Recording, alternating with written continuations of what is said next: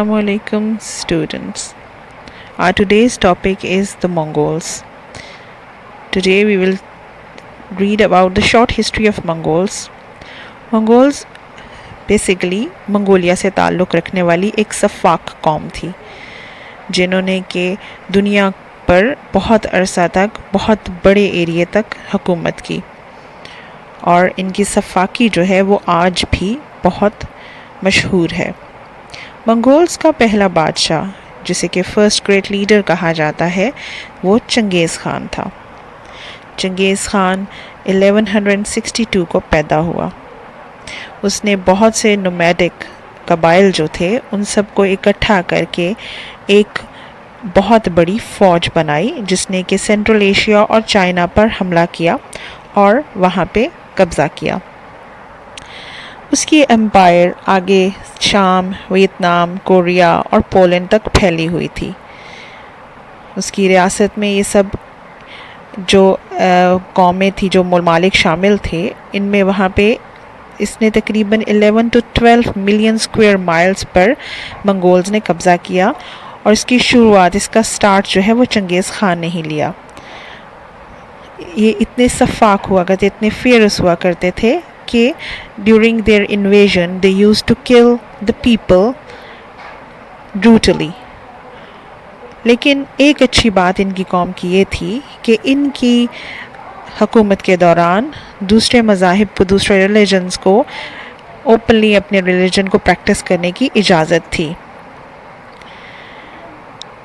चंगेज़ ख़ान 1162 में modern Mongolia और Siberia के बॉर्डर पर पैदा हुआ। कहा जाता है कि जब वो पैदा हुआ तो there was a clot of blood in his hand, in his right hand, which shows that he will be a very fierce kind of person in the future. उसकी मदर, उसके काम, उसके इस सफ़ाकी में और उसके प्लानिंग में सबसे बड़ा हाथ उसकी मदर का था जिसका नाम हॉयलन था। और उसने चंगेज़ ख़ान को ये सिखाया कि किस तरह से सब नोमैड जो कबीले हैं, नोमैड, उनको क्लैंस को इकट्ठा करके एक हुकूमत बनाई जाए। सेंट्रल एशिया के जो नोमैडिक कबाइल थे उन सबको इकट्ठा किया गया। इसके फादर, चंगेज़ ख़ान के फादर को उनके एक दुश्मन कबीले ने जहर देकर मार दिया। When he was very young, he and his mother and his siblings were living a very difficult life. हुकूमत में आने के लिए चंगेज़ ख़ान, या जिसको तेमजुइन भी कहा जाता है, he killed his own brother.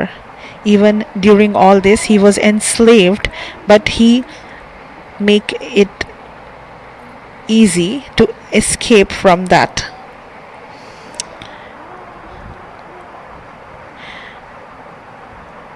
In 1178 he married a woman with whom he had 4 sons, and he again started making alliances and starting growing the number of his followers by attacking different parts of the world.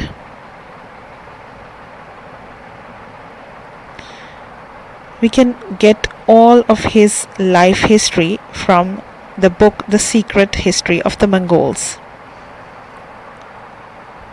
अगर आप Mongols की history के बारे में मज़ीद कुछ जानना चाहें, and whatever kind of people they were, how fierce they were, how brutal they were, you can watch the historical play that is being produced by a Turkish television, जो कि आजकल पाकिस्तान में भी देखा जा सकता है, अर्तुगरुल गाज़ी के नाम से।